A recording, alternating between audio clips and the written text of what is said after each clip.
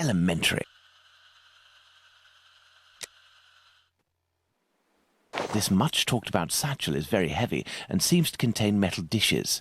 I told Bluto that I wouldn't look inside, but I've little need to. It's quite obvious that it's full of silverware.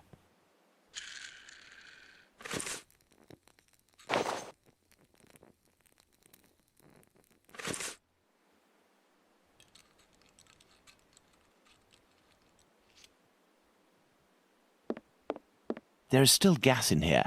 Looking at the state of this cat, it won't survive much longer if it stays here. Let's go to the wasp's nest. Let's go to the wasp's nest.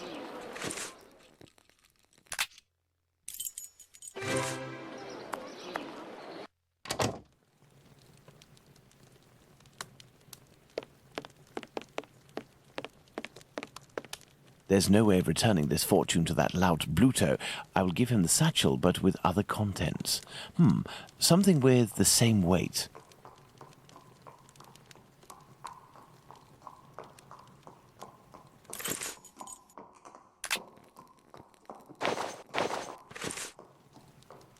There's no way of returning this fortune to that lout Bluto.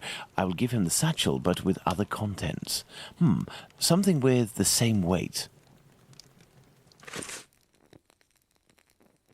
Full of crockery, the satchel makes the same noise and weighs about the same as if it were filled with silverware.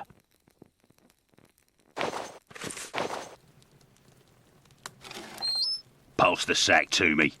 Did you look in? I give you my word, but it won't belong to you until you tell me where Squibby is. Fine. The poor idiot was taken by the peelers the other day. I don't know why some chap started to screech about it. He was the Whitechapel killer, but he ended up followed by an hysterical mob. In a flash, the bobbies had him rounded up and locked down. Do you mean at the local police station? Might not. But if you or the doc talk to him, tell him that about the kayak business. I'll forget our score if he rats on the yank. He'll know. Now, hand over the bag. I say, that's all a little bit wishy-washy. I'm not sure it's worth the satchel.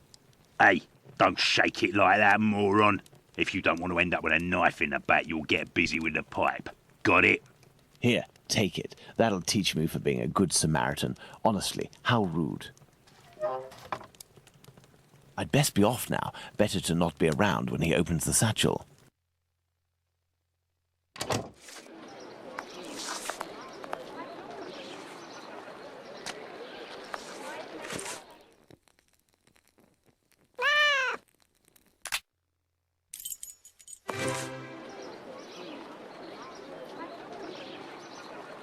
Hey, look! It's Mr. Detective. It's... Shh, I'm undercover on a special mission. Don't blow my cover. Aye, aye, Captain.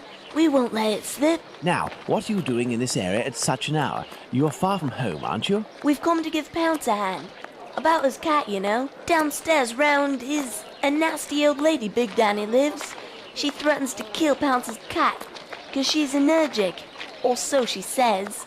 And it makes it cough and vomit just by seeing one. Allergic? Oh, that's it.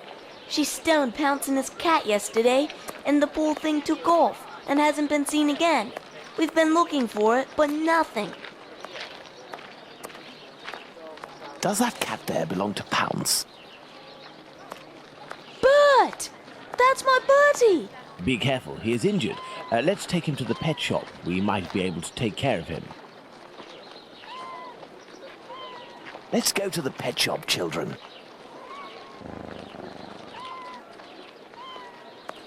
If you all go in at once, you'll scare the animals. Pounce, come with me. Everyone else, stay here.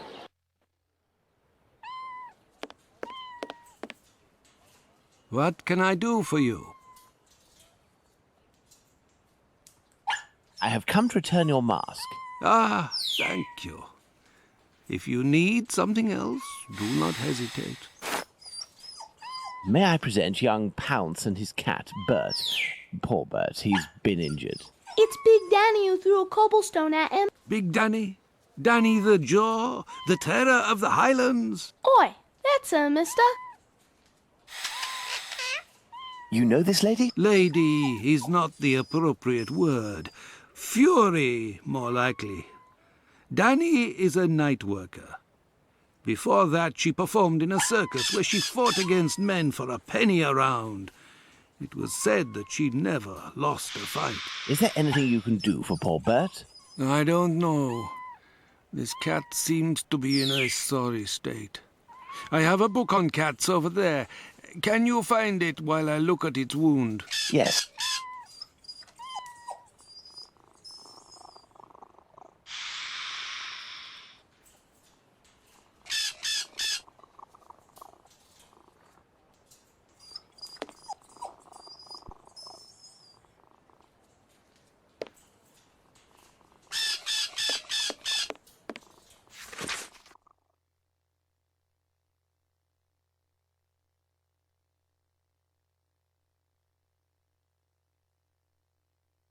Aha! This must be the cat book Abraham needs.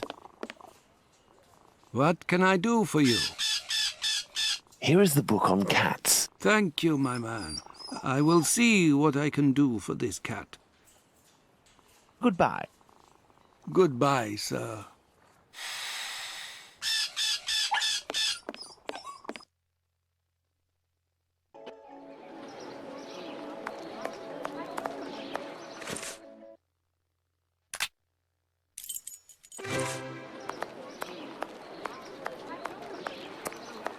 I can't just waltz into the police station to ask if they've got Squibby locked up.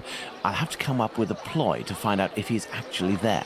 Then I'll need to get the policeman to leave for just a few minutes so I can talk to the prisoner.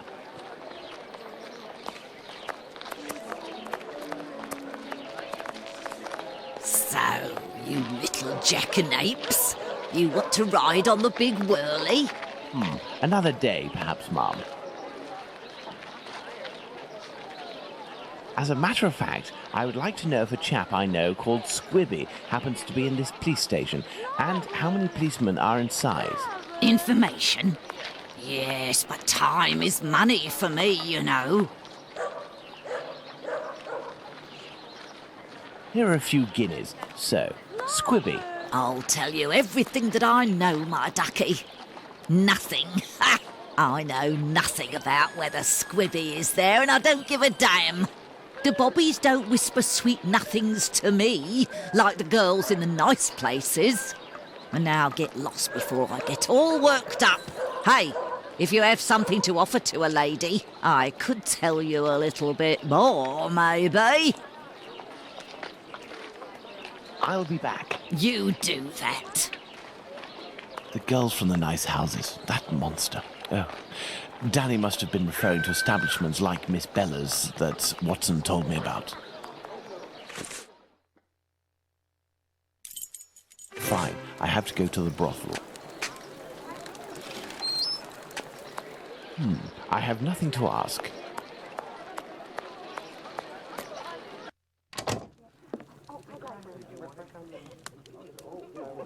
Good evening, Lucy. Do you remember me? Mr. Holmes, come in. You're strangely dressed. What have you come to do in the area? I've come to ask if any of your colleagues, or perhaps even yourself, associate with any of the policemen from the local station. Certain girls go with police officers, it's true. But Bella would be able to tell you more than me.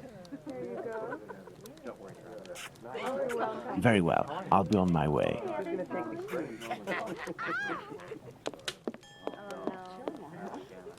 You are a friend of Dr. Watson? Indeed. A fine man, your Dr. Watson. He got me out of a damn business with one of my clients. We gave this boor a lesson to remember, and he's since gone to France, having snagged one of my best girls. But it's a break from all of her chatter. You're looking for information about the police, is that right? I can't help you there. The girls concerned are busy. And anyway, I don't have the time. What is bothering you so much? A client left me a case of bottles as payment. It happens all the time. I'm saddled with all this stuff. He told me that these perfumes were the latest thing, straight from Paris. Well, I'd barely smelled the first one when I nearly fainted. There might be some good ones in there, but I'd have to find out if it's really perfume, so that it won't burn the skin off my pretty girls. Madam, I will undertake to tell you exactly which of these products are perfumes if you agree to entrust them to me for a little while. In exchange, I would like to know more about Squibby. Yes, I know him. We've struck a deal, Mr. Holmes. I'll give you these bottles. I will need a book to help me identify Miss Bella's perfume. I believe the bookshop on Glenworth Street, not far from Baker Street, has just reopened. Let's go and take a look.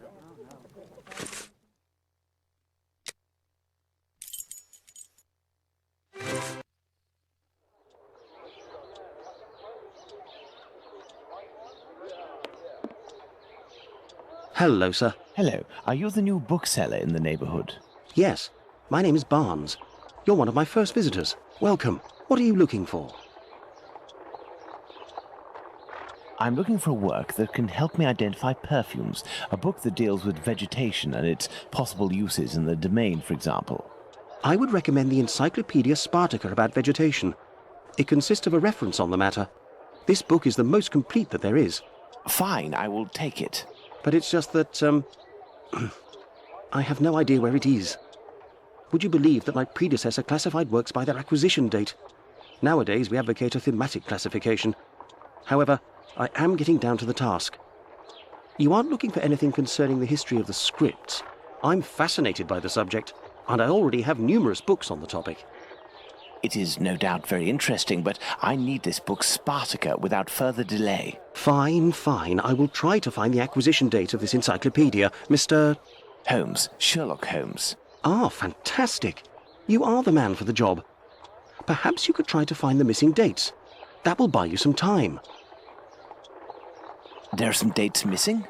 Yes. I forgot to mention that detail. The dates were written on cardstock attached to the columns, and there was one date per section. As one goes along, you will see there is no specific order, and certain are missing. I remade the labels, but I don't know where to put them. They're there on the counter. Are there any other details to know? The proprietor inscribed a date every 2 years since his arrival in 1864, up until now, that is 1888. He left a note regarding his method of shelving, but I didn't understand a word. I do believe, in fact, that he was a bit mad. Well, I will see.